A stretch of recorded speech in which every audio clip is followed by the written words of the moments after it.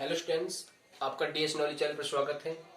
Students, आज हम इस वीडियो में वैद्युत द्विध्रुवीय कारण निरक्षीय स्थिति में वैद्युत क्षेत्र की तीव्रता पढ़ेंगे। इससे पहले मैंने अक्षीय स्थिति करा दी थी इससे पिछली वीडियो में।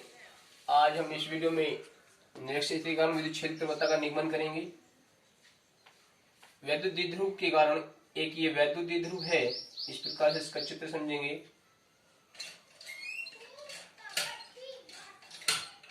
ये एक वैद्युत द्विध्रुव है, ए बी इसके दो ध्रुव हैं और बीच की दूरी जो होती है वो 12 होती है और यहाँ पर माइनस क्यू कूलम आवेश और यहाँ पर प्लस क्यू कूलम आवेश होता है। निरक्षीय स्थिति में हम देखें, अगर हम इधर इसके अनुदिश इधर करेंगे तो कौन सी दिशा होती है, वो अक्षीय स्थिति होती थी। लेकिन हम जो पढ़ रहे हैं निरक्षीय स्थिति पढ़ रहे हैं। निरक्षीय स्थिति का मतलब है इसके ऊर्ध्वाधर दिशा में, इसके मध्य बिंदु से, इसका जो मध्य बिंदु O होता है, जब इसका मध्य बिंदु O हो गया, दूरी L, तो यहाँ पर L हो गई, ये भी L हो गई और इससे R दूरी पर ऊर्ध्वाधर दिशा में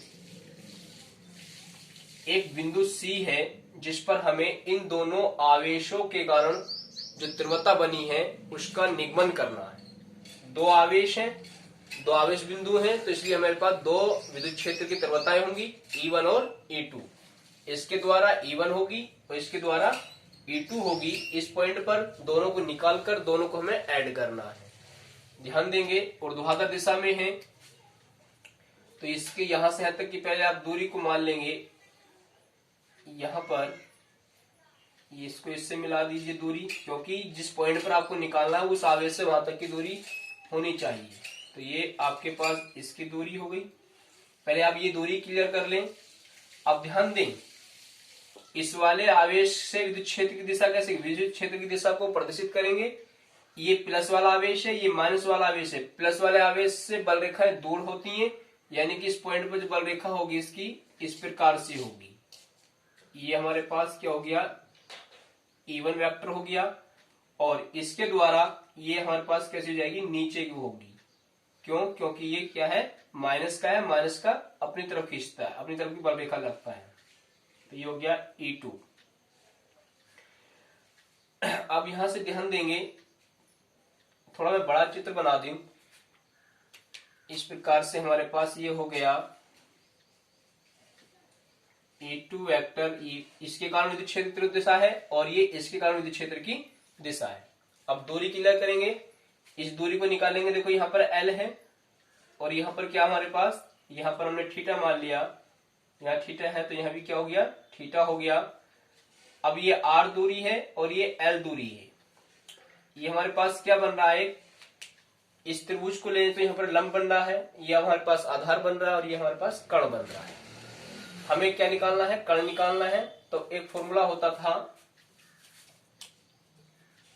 इस प्रकार से पांचवें सूत्र में कर लेंगे, कर्ण की घात 2 बराबर लंब की घात 2 प्लस आधार की घात 2। कर्ण कितना, इसमें हमें कर्ण ज्ञात करना है। ये BC मान लो या AC मान लो, BC की घात 2 बराबर कितना हो गया, लंब कितना है R, तो R स्क्वायर प्लस यहाँ पर क्या हो गया L स्क्वायर, कर्ण की लंब की घात 2 प्लस आधार की घात 2। BC हो गया, या करके इस प्रकार से कर लीजिए, BC बराबर घात 2 कहां पहुंच जाएगी, वर्गमूल में, क्योंकि घात 2 है, घात 2 वर्गमूल में पहुंचेगी तो हमारे पास हो गया under root R square plus L square. तो ये दूरी जो निकल कर आई, ये दूरी हमारे पास कितनी आई, R square plus L square आई। जितनी दूरी ये है उतनी दूरी ये होगी, AC बराबर BC। क्यों? क्योंकि हमारे पास जितने ये भी L है, ये भी R है, इसके लिए भी ये R है, ये L है, तो ये दूरी कितनी रहेगी, R square plus L square. कहने का मतलब ये हो गया कि इस वाले बिंदु से, आवेश से बिंदु C तक की जो दूरी आई है, दूरी रखने के लिए हम ये वाला प्रयोग करेंगे और जब इस वाले माइनस वाले आवेश का प्रयोग करेंगे तो ये वाली दूरी रखिएगी। दूरी दोनों की इक्वल है। अब इस पॉइंट पर जो विद्युत क्षेत्र तीव्रता बनी E1 और E2, इनको दो घटकों में तोड़ा जाएगा, क्योंकि जो ऊर्ध्वाधर दिशा में हमारे पास किसी चीज का परिणाम निकालते हैं, वेक्टर का परिणाम निकालते हैं, तो उसे दो घटकों में तोड़ा जाता है। हमारे दो घटक होते हैं, एक तो होता है ऊर्ध्वाधर घटक, ऊर्ध्वाधर घटक, और एक होता है क्षैतिज घटक।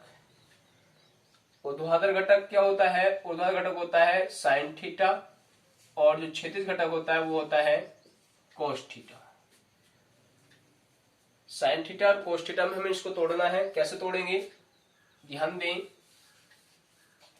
इस पॉइंट पर ये आपके पास ये है, मैं अलग दिखा रहा हूं, ये इस पॉइंट को सी को मैंने यहां पर मान लिया, और ये आपके पास एक त्रिज्या है E1, ये वाला, इस पिक्चर को मैं अलग दिखा रहा हूं यहां पे, और ये है जो आपके पास है E2। इस प्रकार से इसको आपको दो घटकों में तोड़ना है, और इसको भी आपको दो घटकों में तोड़ना है इस पॉइंट पर। तो पहले आप इसका ऊर्ध्वाधर घटक बना लीजिए इस प्रकार से, ये इसका ऊर्ध्वाधर घटक हो गया, और ये इसका क्षैतिज घटक हो गया। इसके लिए, इस वेक्टर के लिए, इस E1 के लिए जो आपके पास ये वेक्टर है E1 और ये वेक्टर E2 है, तो इसको हम तोड़ रहे हैं। तो यहाँ ध्यान दें, इसको जो तोड़ा हमने, तो ये कौन सा घटक हो गया? ऊर्ध्वाधर घटक हो गया, और ये कौन सा हो गया? अनुदैर्ध्य यानी कि क्षैतिज घटक हो गया। किससे तोड़ा आपने? E1 को। तो यहाँ पर जो घटक आएगा इस प्रकार से, वो आ जाएगा E1 साइन थीटा। हमने साइन थीटा ऊर्ध्वाधर घटक होगी, किसे तोड़ा? E1 को, तो E1, और यहाँ पर जो हमने तोड़ा ये घटक कौन सा हो गया? ये हो गया E1 cos थीटा। ये घटक टूट गया। अब E2 को तोड़ेंगे, तो E2 का ऊर्ध्वाधर घटक कौन सा हो गया? ये ऊर्ध्वाधर होता है ऊपर के लिए और नीचे के लिए, और क्षैतिज होता है इधर साइड और इधर साइड। इस प्रकार से आप समझ लीजिए, ये जो होता है ऊर्ध्वाधर होता है, और ये जो होता है क्षैतिज होता है। तो ये आपके पास क्षैतिज हो गया। अब इसको हमने तोड़ा, ये किसके लिए तोड़ा? E2 के लिए। तो ये कौन सा घटक हो जाएगा? ये हो जाएगा E2 साइन थीटा, क्योंकि ऊर्ध्वाधर है, और इसके लिए तो इसी पॉइंट पे तोड़ोगे तो ये तो यहीं आएगा, इसके तो यहाँ पे भी यही आ रहा है E2 cos थीटा। इस पिक्चर, इस चित्र को मैंने यहां से दिखा के मैंने यहां दिखा दिया समझने के लिए। जो इस बिंदु पर हमारे पास इसका परिणामी है E, मैंने इसको दो घटकों में तोड़ दिया। E जो हमारे पास घटक था, दो घटकों में तोड़ा, E1 cos theta, E1 sin theta, और E1 cos थीटा। इस प्रकार से हमने इसको तोड़ लिया। अब ध्यान दें, चित्र को अच्छी तरह समझेंगे। एक वैद्युत द्विध्रुव है जिसकी r दूरी पर एक बिंदु C है, जिस पर हमें परिणामी विद्युत क्षेत्र की तीव्रता ज्ञात करनी है दोनों आवेशों के द्वारा। अब दोनों आवेशों के द्वारा जो विद्युत क्षेत्र की तीव्रता बनी E1 E2, उसको दो घटकों में तोड़ा गया। कैसे तोड़ा? आपके पास चित्र बना हुआ है। इस वाले घटक को, जो आपके पास ये वाला घटक है, ये वाला, इसको मैंने दो घटकों में तोड़ा, ऊर्ध्वाधर में और क्षैतिज में, दोनों के लिए। E1 के लिए भी और E2 के लिए भी क्षैतिज घटक एक ही दिशा में है, और ऊर्ध्वाधर घटक जो है E1 का ऊपर को है और E2 का नीचे है तो ऊर्ध्वाधर ही, इसलिए दोनों पर क्या आया? साइन आया। और ये जो है क्षैतिज है, तो इसलिए दोनों पर क्या आया? कोस आया। अब आपको देखना है कि परिणामी जो होगा, अब जब हम इस वाले को जोड़ेंगे, तो ध्यान दें, इस वाले की दिशा कैसी है? ऊपर को है। इस वाले और इस वाले को हम जोड़ें तो इसकी दिशा ऊपर है और इस वाली दिशा नीचे है, यानी कि E1 साइन थीटा इस प्रकार से है, E2 साइन थीटा इस प्रकार से है। ये ऊपर की दिशा, ये नीचे की दिशा है। जब दिशाएं विपरीत होती हैं तो दोनों क्या होते हैं? वो घटते हैं। तो जब हम इन दोनों को घटाएंगे तो ये तो हमारे पास निरस्त हो जाएंगे, क्योंकि हमारे पास क्या है? इस प्रकार से दोनों क्या हो जाएंगे? साइन थीटा वाले निरस्त हो जाएंगे, केवल क्या जुड़ेगा? कोस थीटा वाले। ठीक है, एक ही दिशा में है तो इसलिए कोस थीटा हम जोड़ देंगे। ध्यान दें, अब यहां पर करेंगे हल। तो जो परिणामी तीव्रता आई है बिंदु बी पर, यहां पर लिख देंगे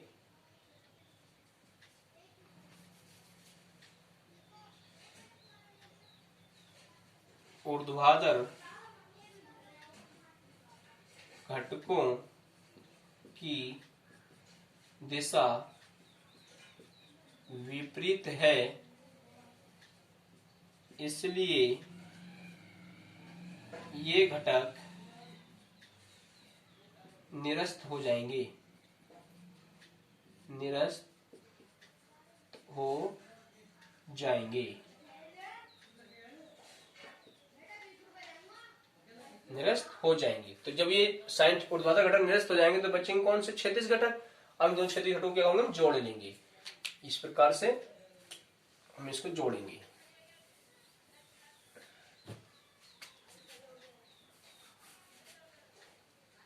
बिंदु सी पर जो परिणामी तीव्रता होगी, एक पहले एक काम करें, इसमें पहले हम इस प्लस क्यू के कारण बिंदु सी पर तीव्रता निकाल दें। इस प्रकार से अलग अलग होके क्लियर हो जाएगा। ध्यान दें थोड़ा सा, देखो यहां पर लिखेंगे प्लस क्यू के कारण सी पर तीव्रता पढ़ेंगे, पहले निकालेंगे तो सूत्र बनेगा E1 बराबर 1/4πε0 क्यू बटे दूरी क्या ले रहे हैं इसमें? प्लस क्यू से लेकर हम सी पर निकाले दूरी कितनी है? √r² plus L²। लेकिन सूत्र में क्या होता है? घात 2 होती है, ठीक है। 1/4πε0 क्यू बटे r² होती थी, दूरी का वर्ग होती थी। दूरी का कितना? दूरी कितने हमारे पास? ये, इसका वर्ग कर दिया तो क्या हो गया? रूट हट गया। तो जब रूट हट गया तो क्या बन गया हमारे पास? ये बनकर आ गया E1 बराबर 1/4πε0 क्यू बटे r² प्लस L², क्योंकि इससे ये खत्म रूट हो गया तो E1 आ गया। तो इसी प्रकार से ध्यान दें, यहां पर लिख देंगे माइनस क्यू के कारण सी पर तीव्रता E2 बराबर कितनी आ जाएगी? ये हो जाएगी 1/4πε0 क्यू बटे r² प्लस L²। तो ये हमारे पास क्या हो गया? ये माइनस का नहीं, क्योंकि माइनस तो व्युत्पत्ति बताता है, और ये स्क्वायर हो गया। अब ध्यान दें, दोनों हमने निकाल दिए। अब हमें दोनों क्या करना है? इनको जोड़ना है। अब हमारे पास परिणामी सी पर तीव्रता कितनी होगी, इसको आप नोट करते चले जाएं, क्योंकि मैं इसको मिटा रहा हूं ताकि हाथों हाथ आप इसको उतार लें। वीडियो को रोक रोक के आप उतार सकते हैं। तो अब ध्यान दें, यहां पर बिंदु सी पर परिणामी तीव्रता कितनी है? E बराबर है, क्योंकि E1 cos थीटा और E2 cos थीटा, क्योंकि sin थीटा हमारे पास निरस्त हो गए थे। ये बचेंगे E1 cos theta plus E2 cos theta. अब ध्यान दें, E बराबर E1 और E2 का मान रख देंगे यहां से। दोनों मान हमारे पास एक जैसे आए हैं 1/4π। एक चीज यहाँ पे ध्यान रखें, ये भी हमारे पास खत्म हो जाएगा क्योंकि इसका रूट हट गया। 1/4πε0 और कितना है? क्यू बटे r² प्लस L² और प्लस साथ में क्या है? cos थीटा है। और ऐसे ही इसका है 1/4πε0 क्यू बटे में r² प्लस L² और इसका भी साथ में cos थीटा। तो देखो ये भी एक जैसा ही है और ये भी एक जैसा ही है, यानी कि जैसे हमारे पास ये होता है x प्लस x कितना आता है? 2x हो जाता था। तो इसी प्रकार से एक ये रहा, एक ये रहा, तो कितने हो गए? 2 हो गए ना। एक कितने हो गए? 2, यानी कि मतलब ये हो गया E बराबर 1/4πε0 क्यू बटे r² प्लस L² और साथ में क्या पर? cos theta. और मैं यहां पर कितना कर दूं? यहां पर मैं लगा दूं 2 लगा दिया। समझ में आ गया 2 क्यों लगा दिया? क्योंकि एक और एक कितना हो गया? 2 हो गया। इस प्रकार से हमारे पास ये क्लियर हो गया।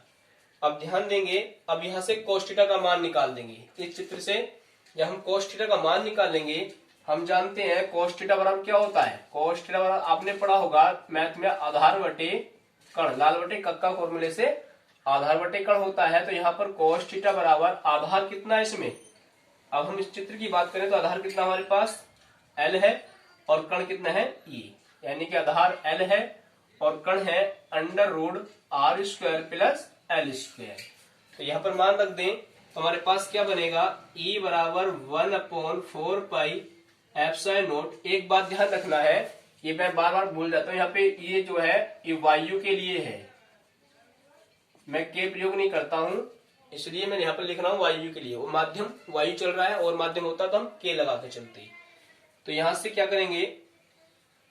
2q बटे क्यू है R square plus L square, और कोस थीटा का मान हमने भी निकाला, कितना था, ये था एल बटे under root R square plus L square. तो ये आपके पास बना। अब यहां से आगे देखेंगे, मैं चित्र मिटा देता हूं, ये साफ कर देता हूं इसको। अब ध्यान दें, अब यहाँ पे देखो ऊपर क्या हो गया, 2QL। 2QL क्या होता है, E बराबर 1/4π/ε0, ऊपर बन गया 2QL और अंडर रूट बटे में देखो आर स्क्वायर प्लस स्क्वायर ये रहा और अंडर रूट में ये रहा। अंडर रूट का मतलब होता है किसी की घात आधी, यानी कि 1/2 होना। ये यहाँ पर घात 1 है और यहाँ पर घात आधी है, गुणा में आधार दोनों का ही जैसा है। ऐसे समझ लीजिए x के एक और एक x की घात 1/2 है, एक 1 है। गुणा में घातें जुड़ती हैं जब आधार एक जैसे होते हैं, तो x एक ये रही और आधी ये रही, एक और आधी कितनी होगी, 1.5। 1.5 का मतलब होता है 3/2। अरे जब 1 को और 1/2 को जोड़ोगे तो यही तो आएगा 3/2। तो इसीलिए x यानी कि इसकी सारी घात कितनी हो गई, ये हो गई r की घात 2 प्लस l की घात 2 और सारी घात हो गई 3/2। समझ में आ गई। अब ध्यान दें, अब यहां से 2QL क्या होता है हमारे पास, वैद्युत द्विध्रुव आघूर्ण होता है, P होता है। यहां लिख देंगे E बराबर 1/4π/ε0, तो P बटे चौकी करके लिख देंगे, चूंकि P बराबर 2QL ये फॉर्मूला होता है। और अंडर रूट में R square plus L square की पावर 3/2। अब यहां लिखेंगे R square greater than L square, यानी कि आर स्क्वायर का मान बढ़ाने से एल स्क्वायर का मान नहीं बढ़ता है, यानी कि बहुत छोटा मान होता है, इसलिए क्या होगा, इसको छोड़ दिया जाता है। तब एल स्क्वायर बराबर 0, जहां एल स्क्वायर है वहां खत्म कर दीजिए, तो क्या बचेगा, E बराबर 1/4π/ε0 P बटे, जब एल स्क्वायर को छोड़ दिया तो आर स्क्वायर की पावर बची गुणा में 3/2, क्योंकि अब तो ये खत्म हो गया और ये दो घात से दो घात कट गई, तो क्या बच गया सारा आर्टिकल। सारा आर्टिकल हमारे पास ये आ गया E बराबर 1/4π/ε0 P बटे आर की घात 3। ये जो हमारे पास आर्टिकल निकल के आया, ये निरक्षीय स्थिति में वैद्युत द्विध्रुव के कारण किस r दूरी पर विद्युत क्षेत्र की तीव्रता का व्यंजन। इस प्रकार से आप इसको नोट कर लें। उम्मीद करता हूं समझ में आया होगा। और एक बात ध्यान रखें, जो मेरा DS नॉलेज चैनल है इसे सब्सक्राइब, लाइक और शेयर जरूर करें।